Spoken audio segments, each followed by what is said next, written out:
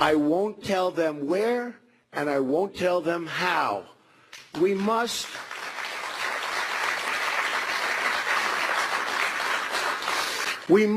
as a nation, be more unpredictable.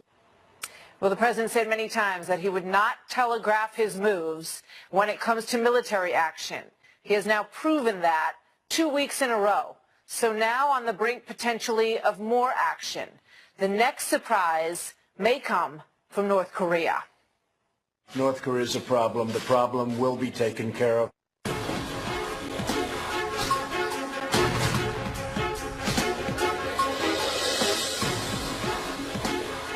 So among other things, the president sent a tweet that upped the ante a bit, saying this: I have great confidence that China will properly deal with North Korea.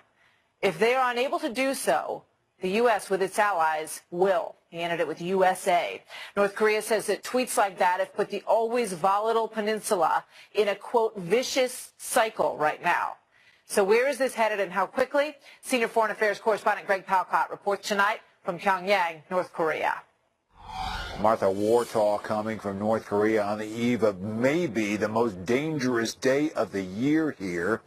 North Korea's leader, Kim Jong-un, his deputy foreign minister, Hong Sun-ryol, telling Associated Press today what we have been hearing from North Korean officials here for the past couple of days, that this government in North Korea is ready to confront the United States in what it has dubbed reckless military maneuvers with a preemptive strike using a powerful nuclear deterrent.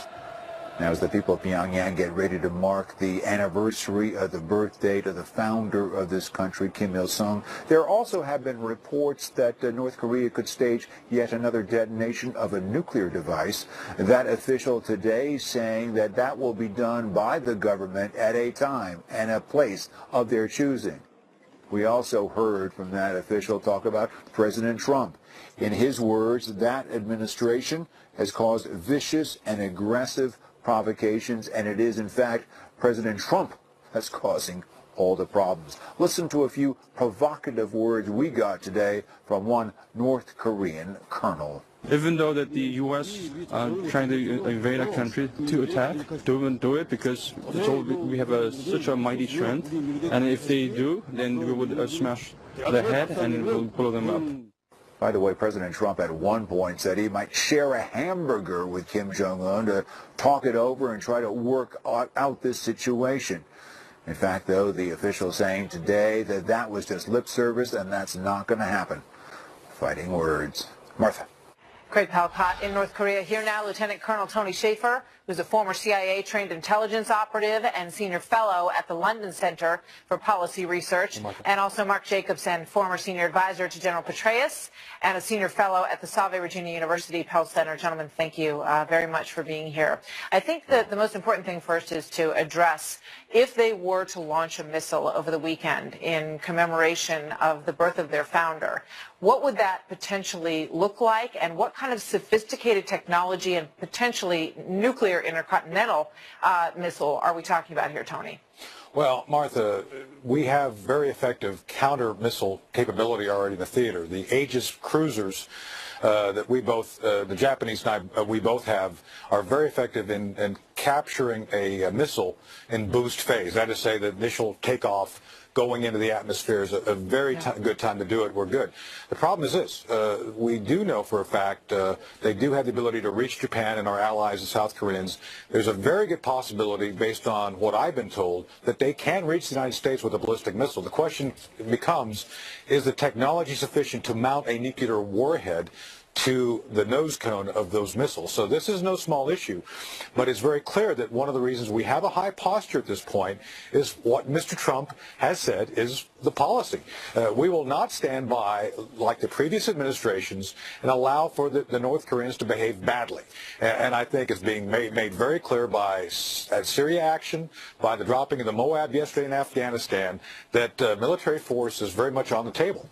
We've moved ships and planes into the region, Mark, and you combine that with the increased dialogue between President Xi of China and President Trump of the United States, where they seem to be getting somewhere to a place that we have not seen prior presidents be able to get in the past. So that's got to have North Korea sitting up and paying attention.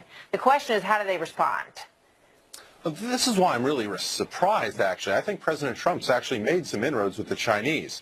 I'd rather see him capitalize on that and do what the last couple of administrations haven't been able to do, and that is push the Chinese towards leveraging the North Koreans a little bit. I'm just a little concerned about the bellicose language coming. I mean, I'm never concerned about the North Korean bellicose language in terms of in terms of what they're saying. I mean, they're a dangerous country, but they like the bluster. What I'm concerned about is taking this sort of preemptive action in the wake of a nuclear test, which is less concern to me than is a potential missile launch or an actual missile launch. I mean, you know, there was some discussion that perhaps we would take some kind of preemptive action. That has been shot down by everybody that we have spoken to, pardon the pun. I mean, Tony, I don't think that anyone believes that that's on the table right now, is it? No, it's not. Let me be clear on this, though. We've planned for that contingency. President Trump has been very good about going back and looking at options which have been presented to previous leaders. I've worked this North Korean issue since 1992, and one of my dear friends, Jim Woolsey, and I have worked a number of concepts, Jim Woolsey being the former director of CIA, which would have looked at a potential preemptive action, a number of things. But I don't believe that's on the table. With that said, I think that President Trump wants it to be known that the concept of potential military action, especially when you're guarding nuclear weapons, is something that's on the table. I mean, you hear this language and you see the shift in this dynamic, Mark, and it does in some ways remind you of, you know, President Reagan saying, tear down this wall, this kind of ability to confront people who have not been confronted in years and years and years, and to shake up the status quo of relationships with our enemies in a way that is unnerving, but also in some ways opens a door, does it not?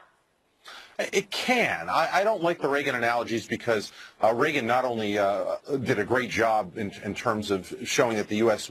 had and would use military action if necessary, but he was also very adept at using covert intelligence action, and I know there's a big problem there when we talk about Iran-Contra, but he was also highly effective at using soft power in a way that we often don't think of Reagan using. So, but isn't soft power sitting with the Chinese president at a dinner table and coming away with a pretty different relationship? No, that's diplomacy. That's different than soft power. What I'm talking about is using organizations like USAID and State Department to build the sort of civil society programs that undermine the strength of our enemies. Now, North Korea, a little bit different.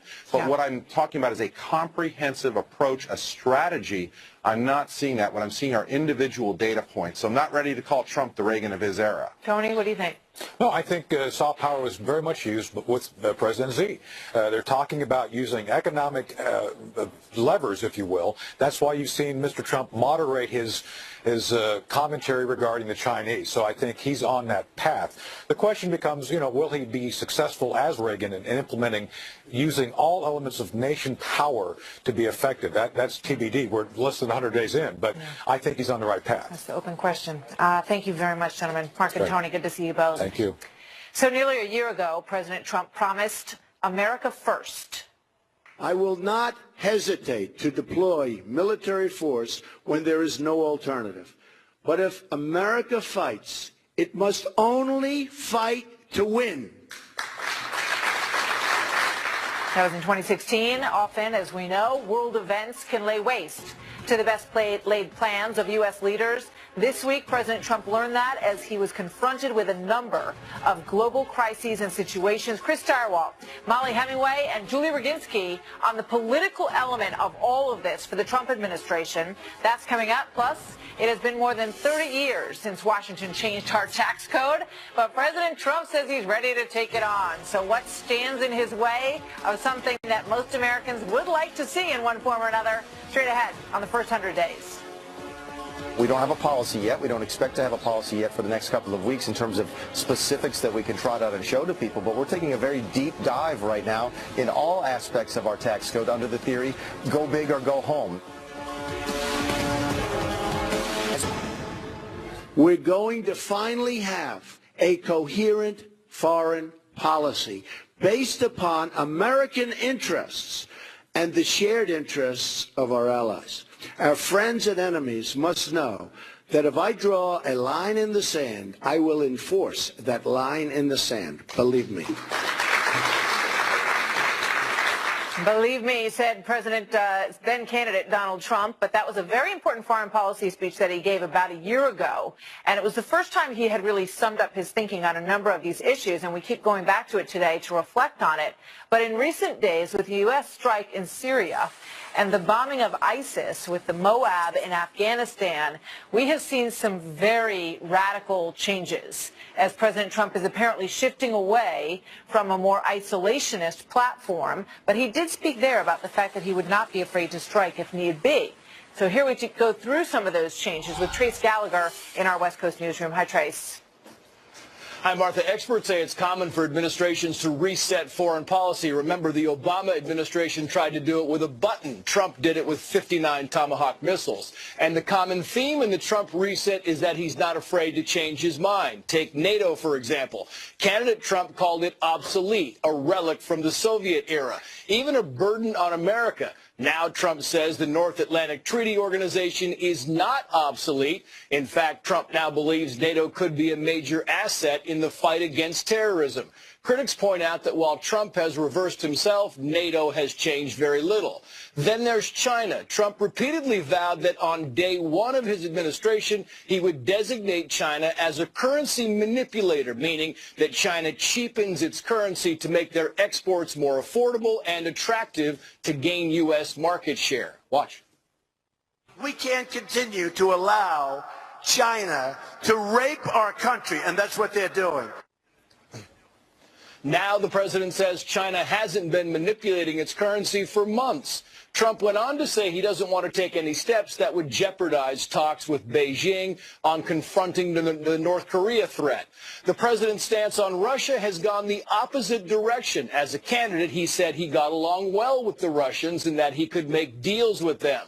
Now he says, quote, it would be wonderful if NATO and our country could get along with Russia. Right now, we're not getting along with Russia at all. He went on to say eventually everyone will come to their senses. Finally, there's Syria. In September 2013, Donald Trump tweeted this advice to President Obama, quote, again to our very foolish leader, do not attack Syria. If you do, many very bad things will happen, and from that fight, the U.S. gets nothing.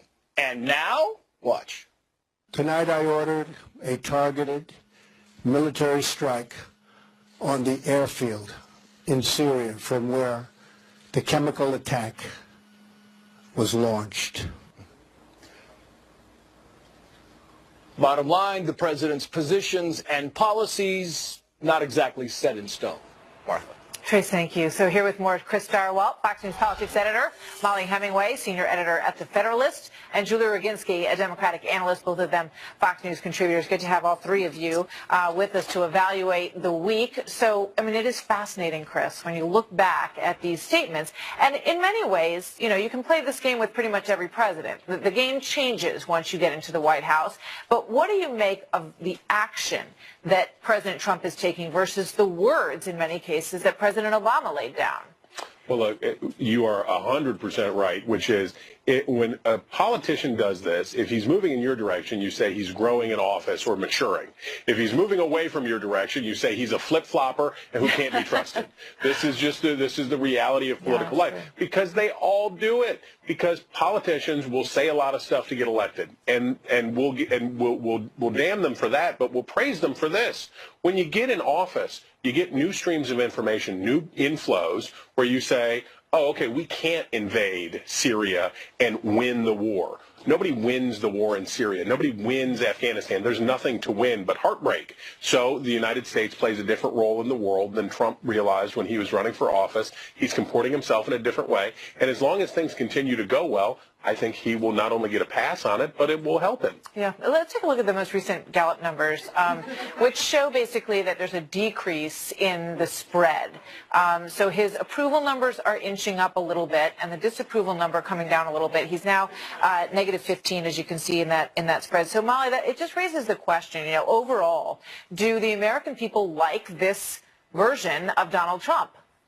Well, I actually disagree that this is a major change from what his rhetoric was during the campaign. There is actually a national interest case to be made, and he's very much focused on national interest, that the strike in Syria needed to happen. He did say throughout the campaign that he would bomb the heck out of ISIS, which is what happened in Afghanistan. And he also said that China was a big threat, more than Russia. Now, playing hard with Russia does not necessarily mean he doesn't want to work with them in the future. It's just letting them know that the 8 years of Obama letting them walk all over us is not going to continue, and that's not the posture from which we'll be negotiating. And with China, he has always focused on China being a threat. It is a very significant turnaround on currency manipulation, but I think what you're seeing there is his working out whether it's going to be a policy of containment or cooperation with China, but still a focus on how important China is, far more important than many people in the media seem to realize, and that they are a key player that we need to figure out how we're going to work with. Yeah, I mean, there's a whack-a-mole game out there, and in the past, President Obama chose not to, really throw too many of those whacks in order to deal with it, and President Trump has started to take it on. But there's another one that crops up, because it's a complicated game once you get into it, and it's in Afghanistan. And we saw what the action he took with the Moab to blow out those tunnels that ISIS has been using.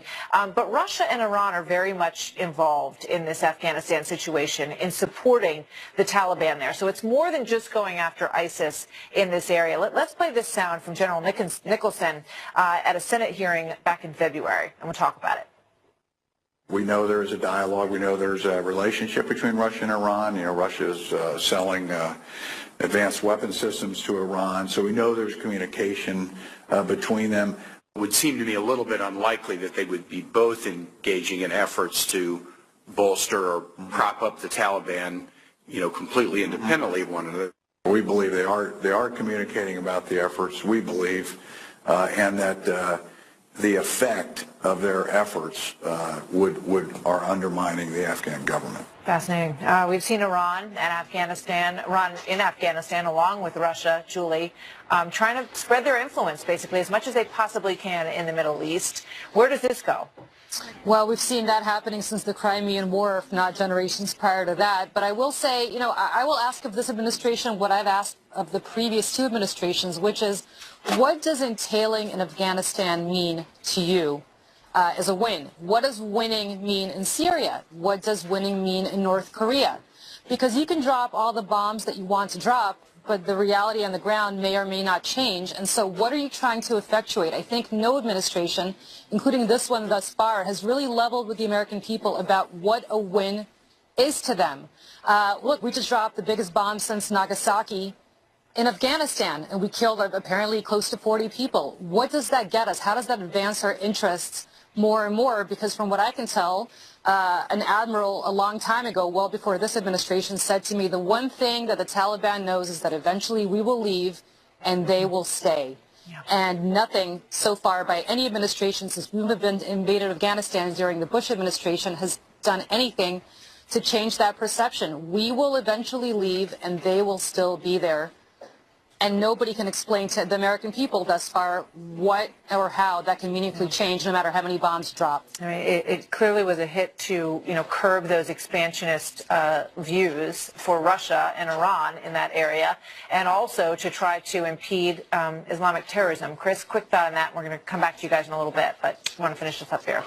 We'll see what this is all a part of. Trumpism in the new form. We will find out what these actions are in service of, or we won't, but this is an amazing transition, an amazing pivot to watch in history. It's great to be here. Thank you, guys. We'll be back with you in just a few minutes. So can Donald Trump be the first president since Ronald Reagan to overhaul the tax code, turning the attention back here at home? And what happens that could stand in the way of that? We're going to break down the latest on what the president has called one of his most important policy moves that is coming soon. Plus, how are Trump allies taking reports of these power struggles? We want to dig beyond sort of the surface here. What does it mean if Steve Bannon has less influence and Jared Kushner has more? philosophically for the direction of the Trump White House. Fox News Sunday's Chris Wallace covered a host of presidencies, and he joins us next, coming up.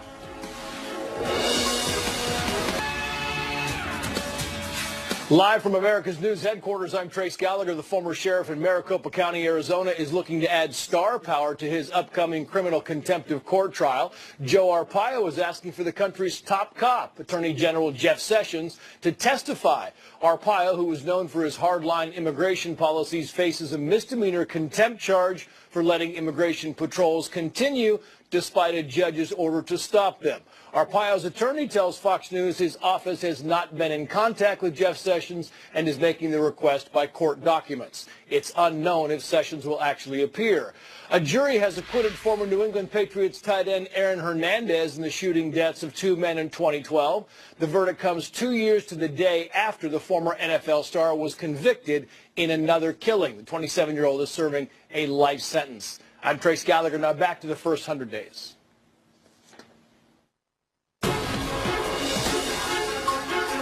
There are pretty loud rumblings of power struggles inside the walls of the White House right now.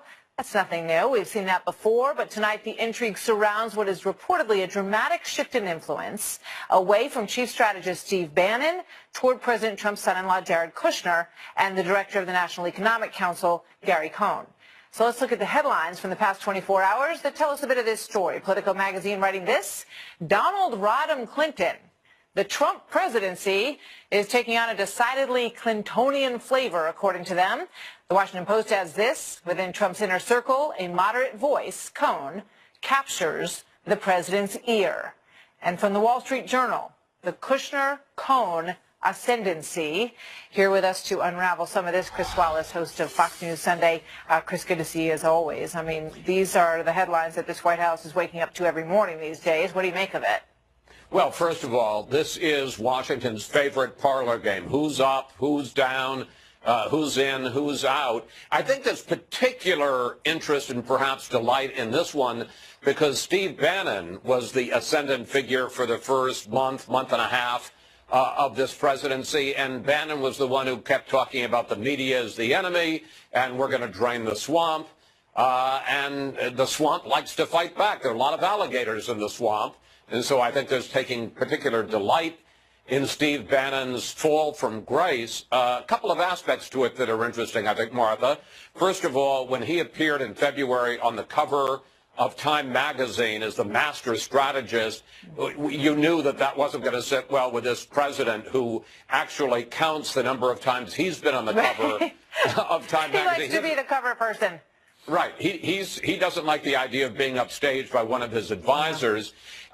In addition to which, Trump likes to win, like any deal maker. He likes to close the deal. And when Bannon presided over the executive order on the travel ban, and then that immediately got blocked in the courts, and then he did a second one, and that got blocked in the courts. I don't think Trump liked that very much. Also, he followed Bannon's advice on repeal and replace and the idea that they were going to get the House Freedom Caucus to obey, to heel like an obedient dog, and that didn't work. So Trump is looking for somebody else who maybe can pull off some accomplishments, and at this point, that looks like Jared Kushner and Gary Cohn. Yeah, he also, according to reports, was against the missile strike at Syria.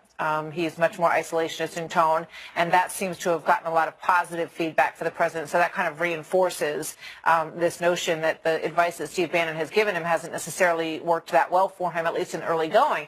But it's interesting, Chris, that Steve Bannon was the anti-establishment voice here, and that is a very powerful bit of sustenance to the Trump campaign.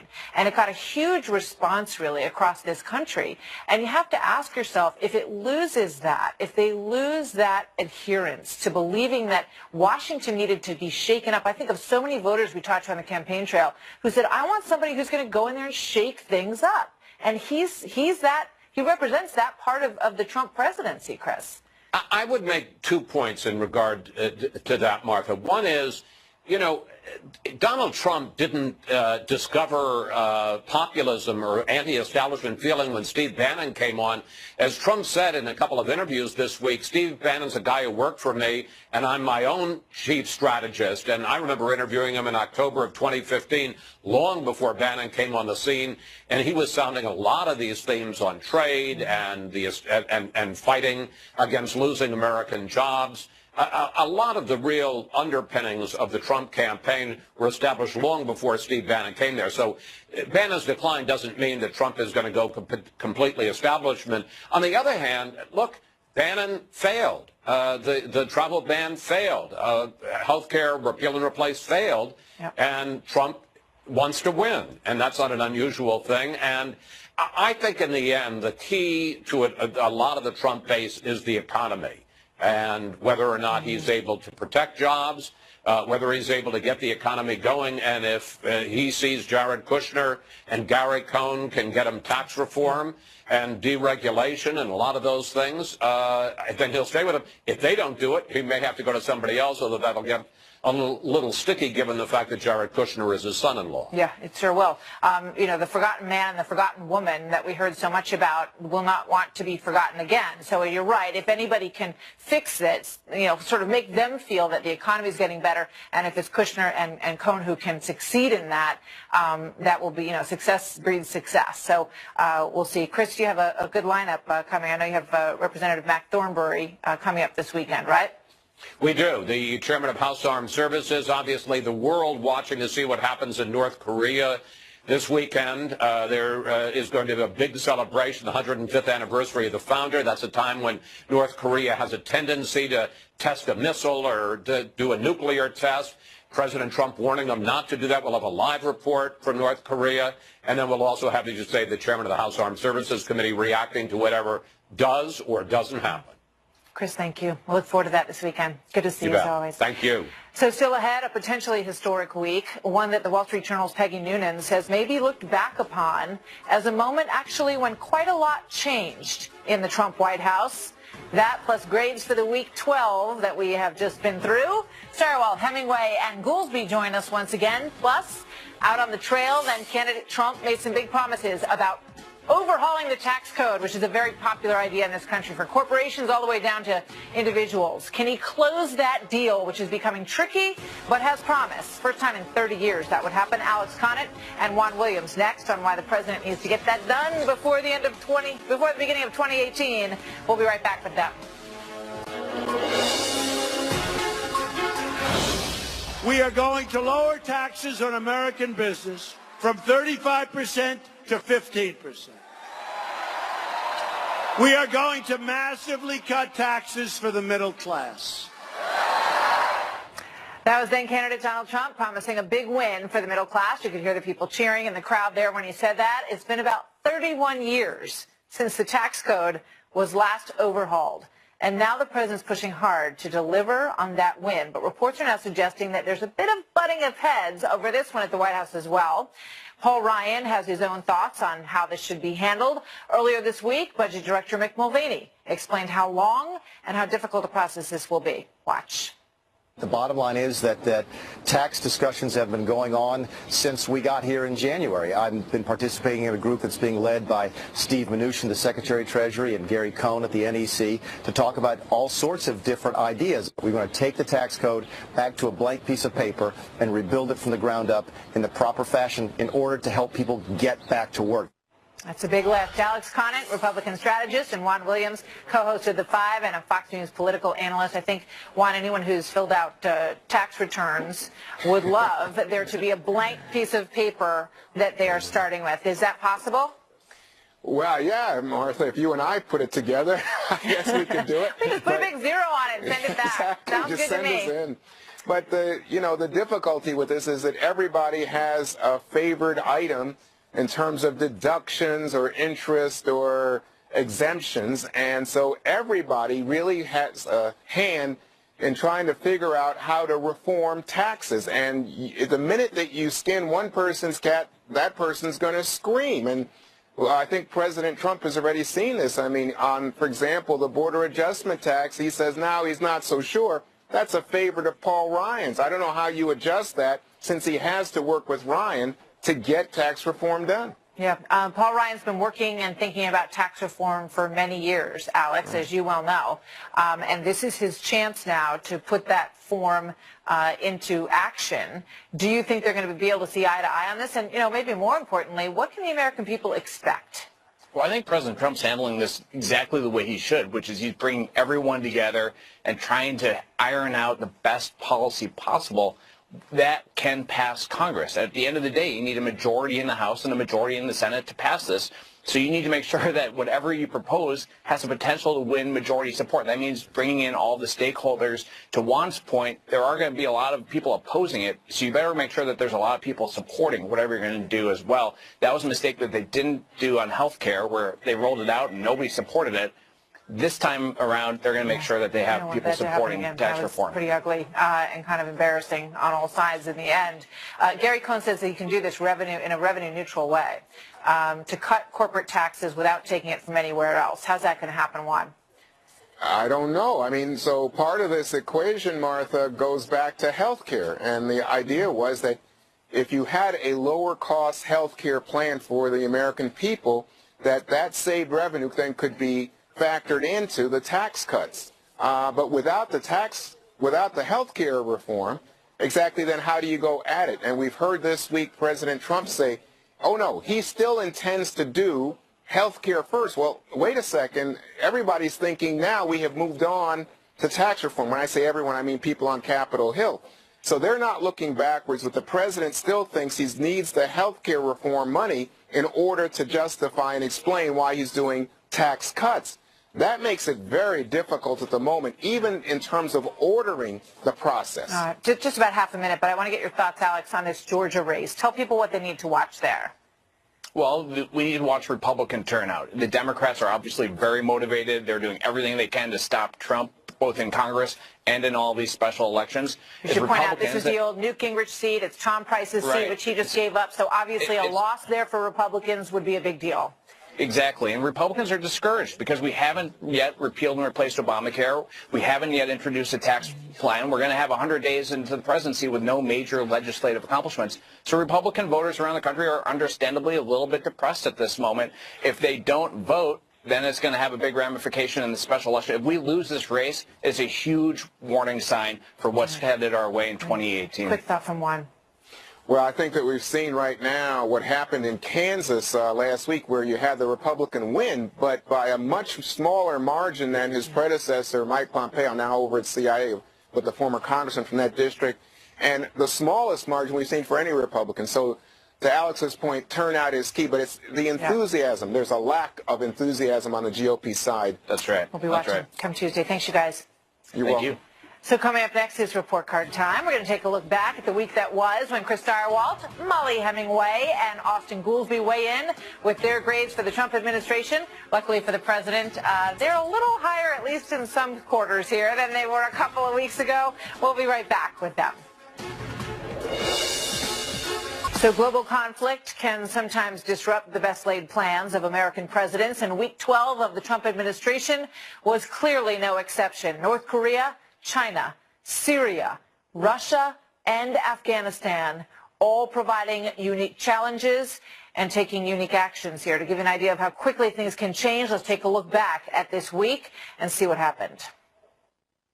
This morning in the Rose Garden, the president was honored to host the swearing-in of Associate Justice Neil Gorsuch. The American people, I'm humbled by the trust placed in me today. For those that continue to seek improper and illegal entry into this country, be forewarned. This is a new era. This is the Trump era. You had someone as despicable as Hitler who didn't even sink to using chemical weapons. I made a mistake. There's no other way. I mean, there's no other way to say it. I think aligning yourself with Assad is a big mistake because he's a butcher, and I think it's very bad for Russia. The Secretary General and I had a productive discussion about what more NATO can do in the fight against terrorism. I said it was obsolete. It's no longer obsolete. It's time to call out WikiLeaks for what it really is, a non-state hostile intelligence service often abetted by state actors like Russia. Last night, the United States military used a GBU-43 weapon in Afghanistan, a large, powerful, and accurately delivered weapon. What I do is I authorize my military. We have the greatest military in the world, and they've done a job as usual. So we have given them total authorization. I think the president's right to try and get China to be the linchpin there to move it forward. President Xi, he's a terrific person. I think he's going to try very hard. Thank you.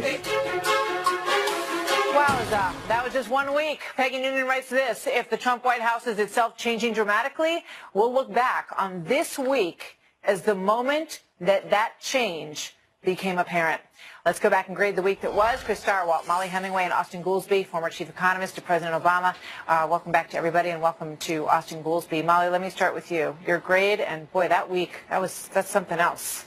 Quite a week. I mean, there's no way to put it as anything other than a clear A. Beginning with the Gorsuch confirmation, this is a man who will have such an influence on the court for decades to come, repositioning ourselves militarily, geopolitically, all over the world, and even things that weren't mentioned, such as President Trump made it so that states can choose to no longer fund Planned Parenthood, which is the largest abortion corporation in the country. All of these things affect different parts of his base and the country as a whole, and it was just a very solid week for him to actually get things done. Yeah, it's pretty clear we're living in a whole new White House, and Austin Goolsbee does not necessarily think that that's a good thing. Right, Austin? Well, why would you think that he's going to stay on these positions when he, on at least 5 major issues, completely stabbed his own previous positions and his own supporters in the back? Why would you think he's going to stay on the positions now? I mean, we're knocking on the door of war on 2 different continents. We've seen Goldman Sachs take over control of the Trump administration. They're phasing out Steve Bannon. He's referred to as a guy who works for me by the president. And on a series of policies from health care to tax reform to many others, as well as now Donald Trump even declared the media as being full of very honorable people. I don't even know what to think. This is like the sit and spin administration. I'm going to give him an F+, and I'm going to give him the plus only because if they're going to get Steve Bannon out of there, that's at least worthy of a plus. Everyone always feels better when they get an F+, right? The plus just helps you. It just gives you a little bit of hope for the future. Chris, what do you think, friend? I don't know. Austin's F+ is quite an Easter card. But look, the president had a very successful week in some senses, as Molly pointed out. The Gorsuch confirmation, though this was just the icing on the cake, was a great success. And all of those things, and the new posture on world power, and the elevation of people like James Mattis, H.R. McMaster, and others widely respected across partisan lines in Washington for their know-how and ability on national security, for their steady hands. But then, on the domestic side, it's all of the drama at the White House and who's in and who's out, and I don't like Steve, and maybe Steve isn't a friend of mine anymore. And then Reince is up, and this guy's down, and the other thing, and will they feed Sean Spicer to a shark in the next episode of The Apprentice? It's too much. It takes too much energy away from the real business of statecraft. It takes too much away from governance. And at some point, he's going to have to pick a team, he's going to have to stick with it, and he's going to have to stand by them even when they screw up. Yeah, Molly, how's that going to happen, do you think? Do you see that happening? No, I actually think that people don't take into account how much tension there has been in so many previous administrations. I mean, Reagan had Cap Weinberger and George Shultz fighting over serious doctrinal disputes. The first George Bush administration didn't really know how to handle Soviet Union at first. Bill Clinton's administration struggled over what to do with the Balkans. And the Obama administration was at war against itself so prominently that President Obama was fighting with his own cabinet, and you notice that this week a lot of former Obama officials were praising Donald Trump because of that tension. Tension is normal, and having different, when you build a coalition, you have different people from different streams who are going to advocate for different things. And, Steve Bannon, Jared Kushner, they represent different parts of that coalition. I think managing that tension, so long as the president himself understands which direction he wants to go in, it's not that big of a deal, and people should not be as obsessed with it as they are. Austin, you want to respond to that? In general, I think that that's true as a guide to administrations. There is always a lot of tension, but this one is leaking up to the president. He's changing his positions on a weekly basis. I mean, he went the whole campaign saying, on day one, I'm going to name China a currency manipulator. He met with the head of China, and they announced that he doesn't believe China's a currency manipulator. He's not going to do that. That's more than just tension of the staff. That's just outright changing of your positions. Austin, let me just ask you a question. And that uncertainty, I think, is going to come back to haunt us. Just in terms of that, because it's just, one element that's fascinating to look at. And he sat down with the president of China. They talked about North Korea, and it seems apparent that that's part of, a deal-making exercise. If you help us with North Korea, if you toughen up on North Korea, I'm going to back off on my accusation that you're a currency manipulator, because maybe there's stuff we can work on here in the future. I mean, isn't that just in some ways a higher level of sophistication of looking at the issue, or not?